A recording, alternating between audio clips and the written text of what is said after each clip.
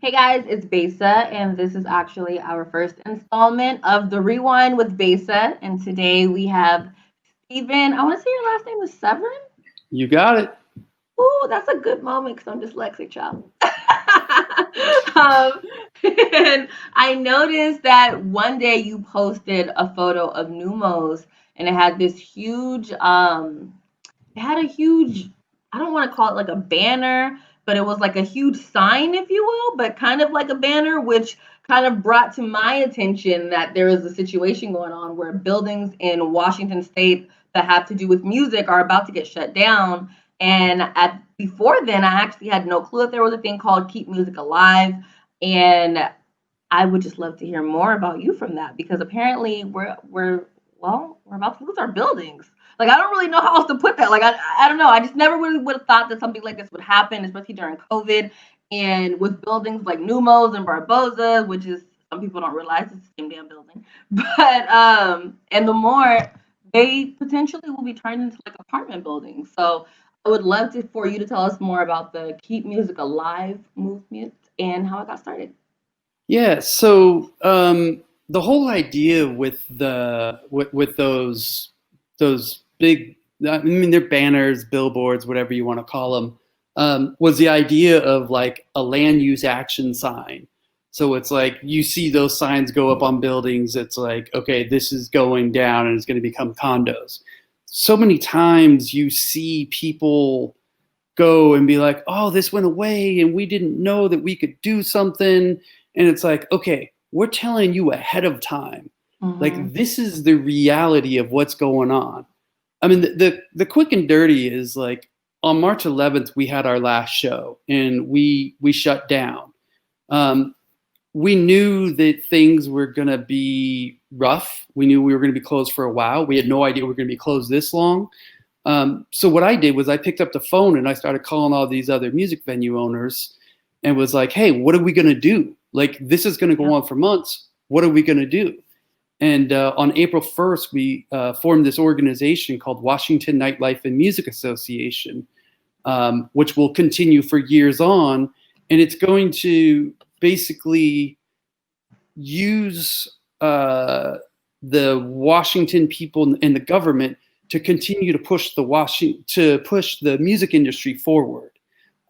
Artists, employees, venues, everything, to try to keep things going. So, we can instead of being reactionary, we can be pro and try and make things happen ahead of time.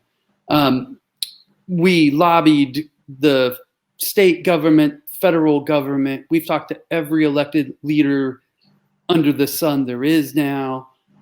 It's been crazy. And so with doing all of that, we decided that we were going to do this campaign called Keep Music Live. And that's got launched on Tuesday. And we launched it with those billboards going up. We worked with this great group called World Famous that helped us come up with the idea and the design. And we put them on 10 different buildings across the state because this is a statewide thing. Like, it's not just a Seattle thing. This is all across the state. And so now we're just trying to raise money to be able to stay open. I mean, we haven't made any income for 7 to 8 months now. No business can last that long. I mean, we were the first to close and we'll be the last to open. There's a study that was done that said 90% of the venues will close if we don't get some type of help. And this was by the end of the year. We're October 20th, 21st. We're at the end of the year. I mean, I talked with Senator Cantwell's people yesterday, and she was taking a bill to the Senate floor that was like a sort of a mini arts bill to help save independent venues across the country, because we're not going to make it. Mm-hmm. I mean, they're saying like this CARES Act thing is going to go after the election. I mean, there's been 7 venues that have already closed in Washington, and there's been hundreds across the country. So we're basically doing what we can to make sure that we don't close. And it's been a fight. It's been tough. It's, there's no lie about that. I mean, it's been tricky, but we're happy with the momentum and the responses that we've been getting, especially with these land use action signs, because so many people thought we closed and they freaked out. Yeah. And it's like, that was the idea. That's the whole plan. Now wake up and decide if you want us to stay. Like, if you want us to stay, do this to help us. Let me ask you this. I know when COVID first started, there was all this PPE loans. Did they give any of you guys a reason for why you didn't get any of that money? We did get it. We got PPP loans, but the key word is loan. It has to be paid back. Gotcha. The whole idea is like, if you have all these employees, some of it can get written off. We don't have any employees because we're closed. We have one employee that's part-time. That's it. Everything's closed. So there's no way that we can spend this money. So we've been sitting on it for most of it. I mean, some of it we have spent because otherwise we would have closed already. But the problem with the PPP is we're just going in debt. Everybody's going in massive debt, and I don't know how we're going to pay it when it comes due. So basically, they give you these great loans that's supposed to help you to stay afloat. But if you have no way to stay open, in your particular case, you don't have any concerts, so what are you supposed to do? The money just sits there, and you guys can't literally do anything with it.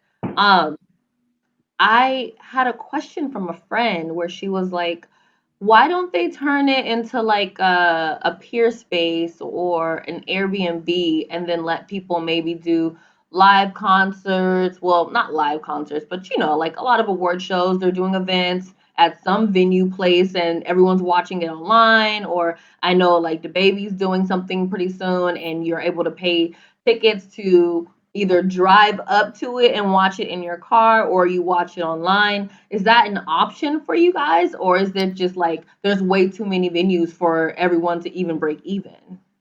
I mean, there is, the way the law is set right now, there is to be no live music at all in the state of Washington that will have any audience at all. We can do live streaming, which we have tried. But people don't come. There's not enough people that are coming. I'm watching a lot of these that have been happening nationally, and the numbers, they're atrocious. I mean, Cardi B, which I thought was going to be monstrous, flopped. I mean, nobody cared because they don't want to see it on TV. They want to have that live, intimate, experience that you can't get elsewhere. They just don't seem to care about watching it on the TV as much. And we tried doing some things. We worked with the city. We were going to be a coronavirus like overfill spot because they were worried about the hospitals getting filled up. I mean, we've tried a few different things, but the tricky part with our businesses, and this is with a lot of venues, is they're huge. Yeah. I mean, our places are big, and when Venue first came into 10th and Pike was Moe's Rockin' Cafe. It was 1994, and it was Auto Row. There was nothing up there. It was all car garages and stuff. I mean, there was nothing up there. So rent was really, really cheap. Now it's an entertainment district, and it's the most popular corner on a weekend anywhere in the state.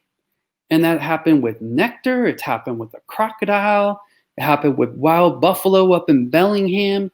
So we start in these places that nobody wants to be in, and then they become these places, and then our rents go up, times 10 or whatever. And so it's so expensive now that, I mean, we would have to be open 80 to 90% of the time at full capacity to even break even.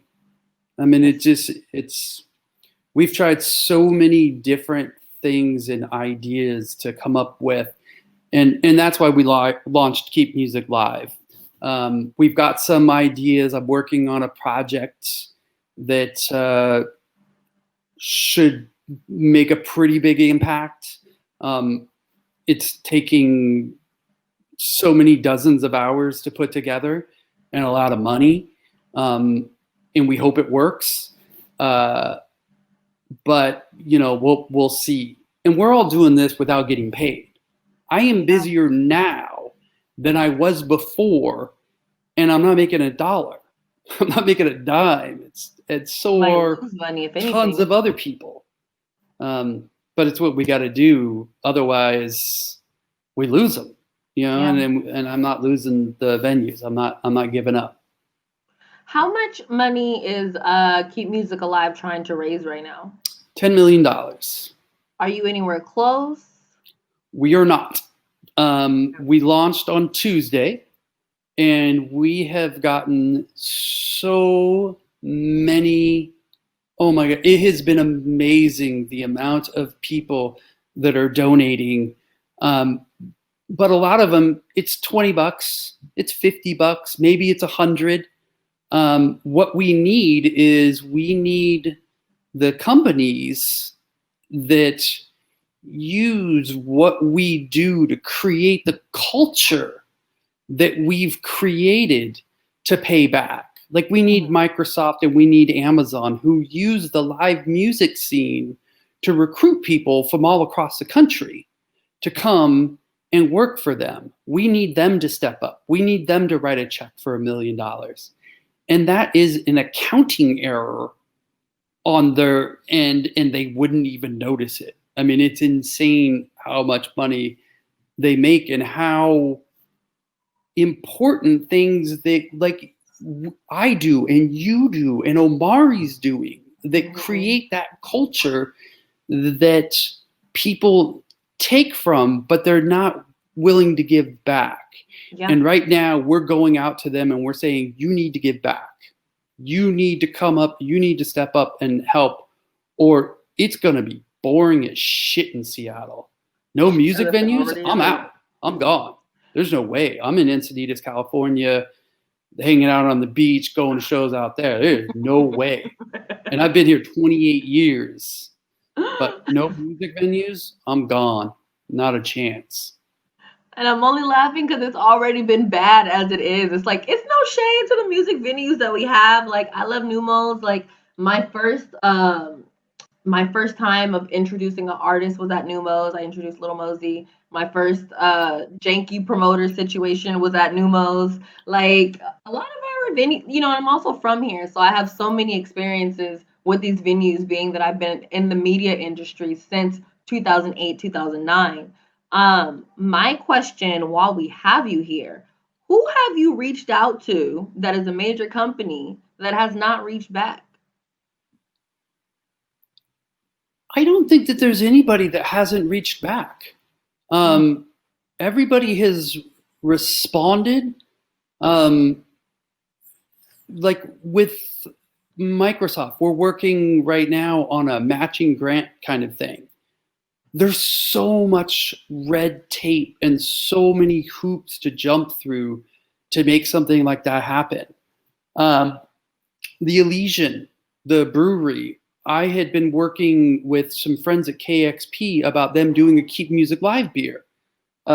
We worked on it for months, and one of our board members ran into the head of the Elysian, I don't know how, out somewhere. And he was like, hey, I got this great idea. Why don't we do a beer for Keep Music Live? And it was done like that. And it was just like, I've been working on that for months and you got it done like that. Cool. Awesome. However it happens. We're going to be in Bartell's. We're going to have Keep Music Live and Bartell Drugs, all 161 of them. Yes. And they reached out to us. Which is crazy. I mean, that's crazy. So nobody hasn't responded. It's just getting them to the point to write the checks. Mm. Um, the interesting thing in the our biggest shot of being able to make it is the federal government helping. We need them to do the CARES Act. And from the first time I called Senator Cantwell and Murray's office, people called me back. They called me back. I've never talked with them before, definitely not these people. And they all called back and they were like, what can we do? What's the situation? And I talked to them and told them, and they were like, okay, keep us up to date. And I talked to them probably every week, if not every 2 weeks, telling them what's up. And they've been fighting for us, and it's been amazing. I mean, Cairo reached out to us and said, hey, you want to come on and talk about Numos and keep music live? It's like, yeah, okay, sure. King 5 called, and Sir Mix-a-Lot did this amazing thing the other day, because he's Sir Mix-a-Lot and he always does amazing things. So it's been everybody we've talked to has been positive. Everybody involved has been like, yes, what can we do to help? It's been difficult getting those big dollars. And that's what we need. We need those big dollars. And I mean, I am stoked to get $20 and $50 checks all day long. I mean, Numos sold 120,000 tickets in advance last year. All those people pay $100. Yep. We're cool. I mean, we're one venue. That doesn't include the tickets at the door and all that. I mean, we reach so many people. The venues alone, we did this thing to like kind of figure out what our reach is. The venues alone, between our email lists and our social media, is 2 million people. That's a lot of people. All those people help out. We're golden. So it's really about everybody reaching in and giving what they can if they have a job. I always say, if you can, because there are a lot of people that can't. And if you can help, donate.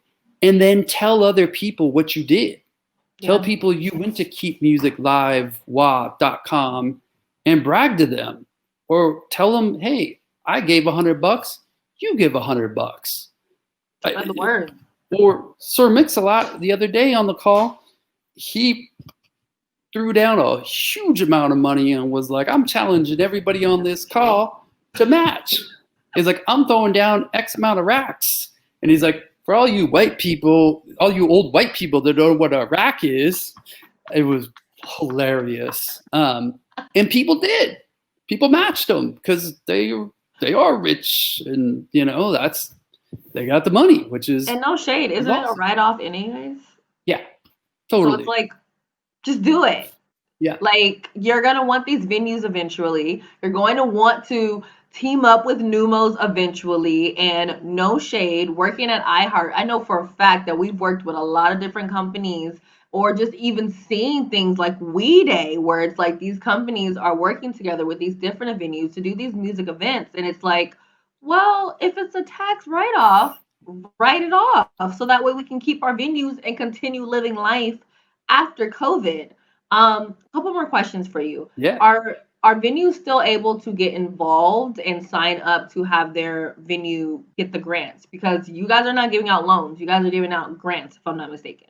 Yes, absolutely. We have a board of directors that set up a list of criteria to decide what a music venue is.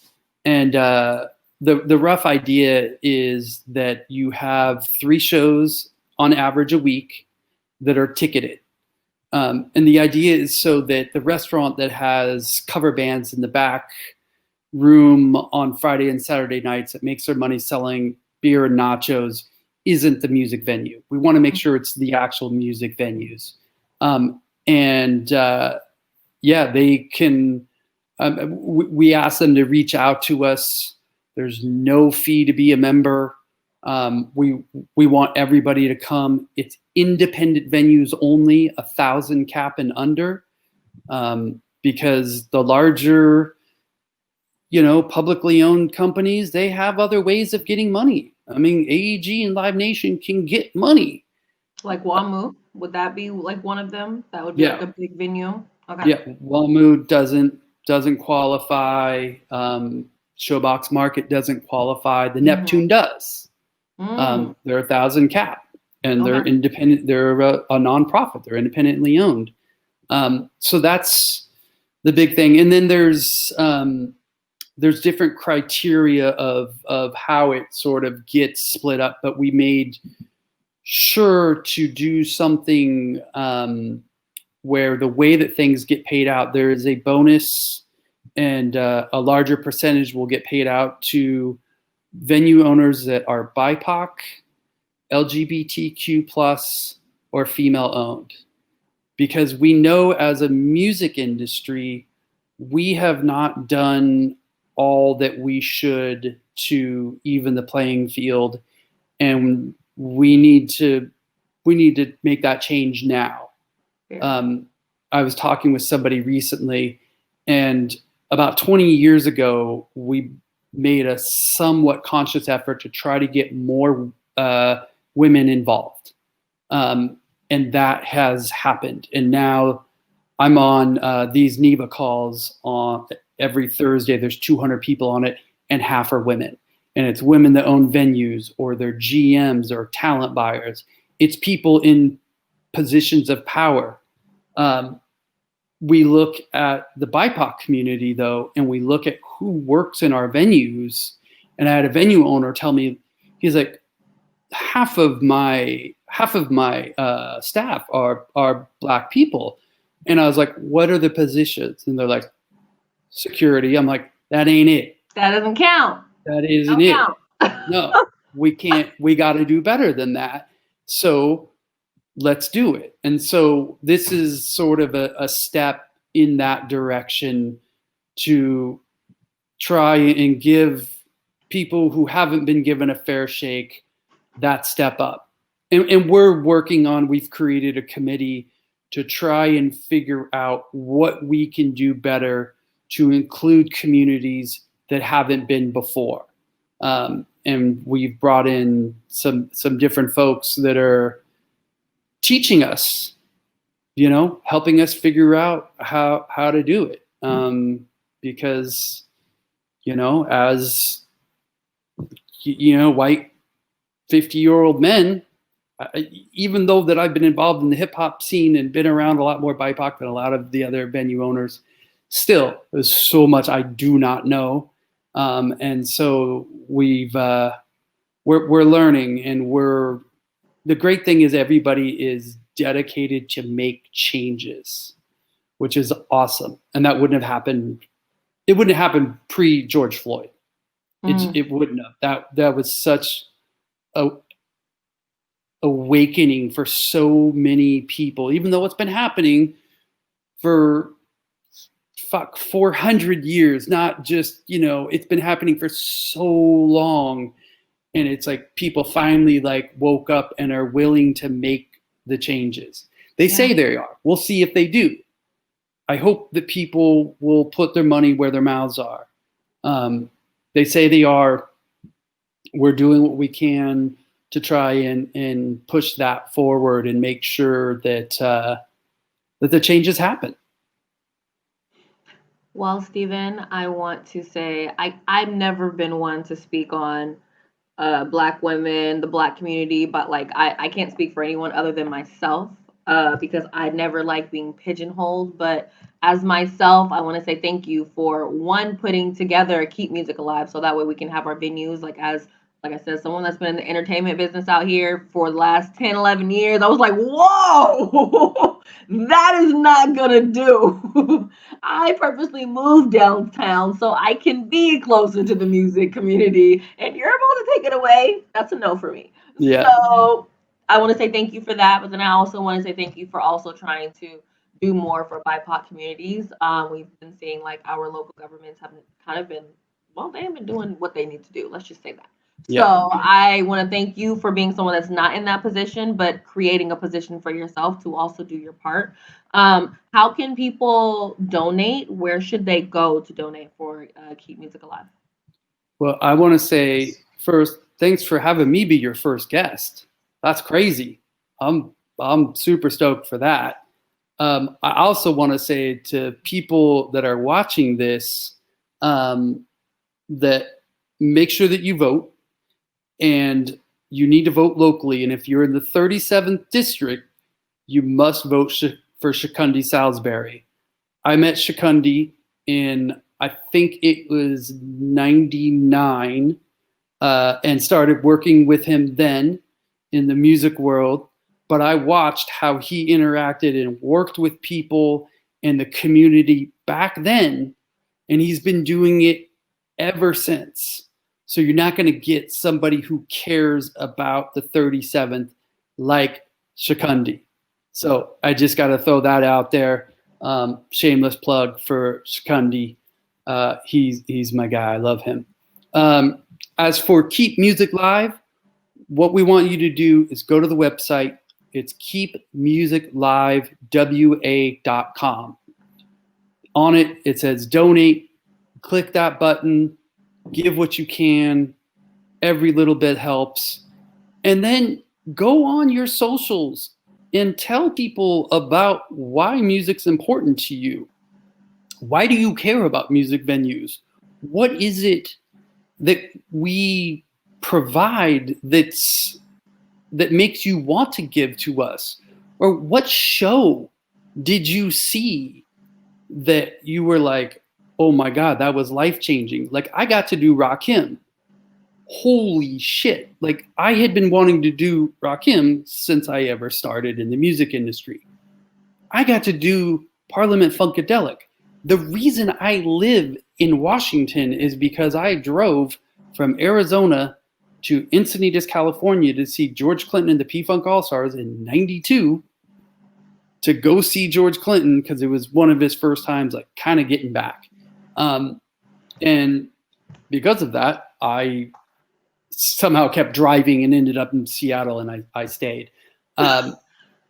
So all of the venues, they have a place in all of our hearts, and they have the stories.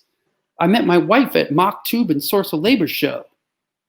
I mean, you that's the most important stuff. So go on your socials and tell people that. Tell people that, and then ask them to donate, because we need help.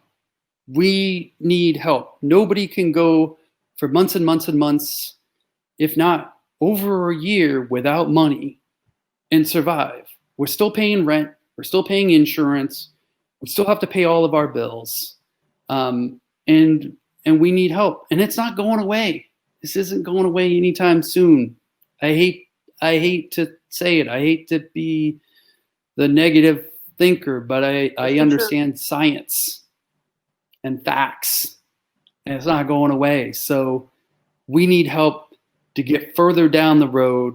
We're working on helping ourselves by trying to raise money in different ways. But right now, if you can help, please donate, and take care of our artists too. I mean, this isn't just about us. Like, we understand that music venues, it's a spider web, and we touch all these different industries outside of it. And the artists, I don't know what they're going to do.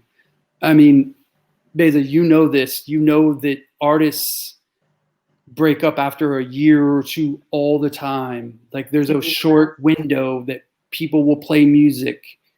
What are they going to do when it's been 18 months since they've been on a stage? Who's going to be the artists that come and play? Mm-hmm. Who's still going to be around? Little Mosey just got started. He was just starting to get paid, and people knew about him. And then he got shut off. Yep. Like, he never got to go around the world and do his thing. Like, who's going to be there? I mean, is Raz going to be there? Is Sam LaChow going to take that time and be out of the game for a year? Probably, but there's a lot of other, like, younger folks being X, and I don't know. There's so many of them that it's like, I don't know. And then you get the people that make their money touring. they got to go get jobs. Mm-hmm. They got to feed their families. I mean, the people that played, and I'm so off topic, I know, but the people that play like Numos and Nectar and the Crocodile, they tour around the world, and that's how they pay their rent and their groceries and their childcare. They're not making any money. They're going to have to stop making music and creating art to go get a job at UPS or Amazon or wherever it is. Yeah. It's fucking, it sucks. It's hard. I mean, it gets It's me. everything that represents 2020. It is everything that Unfortunately. represents 2020. Unfortunately. And I hate to say it, but 2020 has been a cluster. You know what? Yeah. We're trying to keep clean language around here, but everybody knows that, so I'm gonna be nice. I meant to ask that because I meant to ask that. I've been doing pretty good. Well, I want to thank you so much for taking some time to chat with me, Steven, and get the word out about Keep Music Alive. WA, like it's super important, and I definitely wanted to make sure that something so topical right now did not go over anybody's head. You know what I mean? Like it just needed to be seen and it needed to be heard. And I will continue to do my part to make sure that people know about this. Definitely continue hitting me up, letting me know how I can help. And that way I can share everything and just continue to do you. I appreciate you. I appreciate you, and I appreciate Converge. Converge Media being born is the best thing that's come out of all of this. Like, it's important that media is still talking facts, and it's here, and it's local, and it's showing a different aspect that far too many people never got to see. And it's too important, and I'm blown away and stoked to have gotten the call to come be on this, because it's so important, and to get to be a little piece of it in the beginning, it feels good. So definitely, Converge is. I'm happy to see that it's here to stay. It's good stuff. I know that's right. Well, until next time, I want to say everybody can follow all in Keep Music Alive at Keep Music Alive, right? Keep Music Live. Keep Music Live. WA. Keep Music Live. WA. I know the alive. It's so tricky, but it's Keep Music Live. WA for Washington. It actually makes a lot more sense. Keep Music Live. WA rather than Keep Music Alive. WA. Yeah. Either way, make sure you guys pull up there and also stay tuned for the next installment of the Rewind with Besa.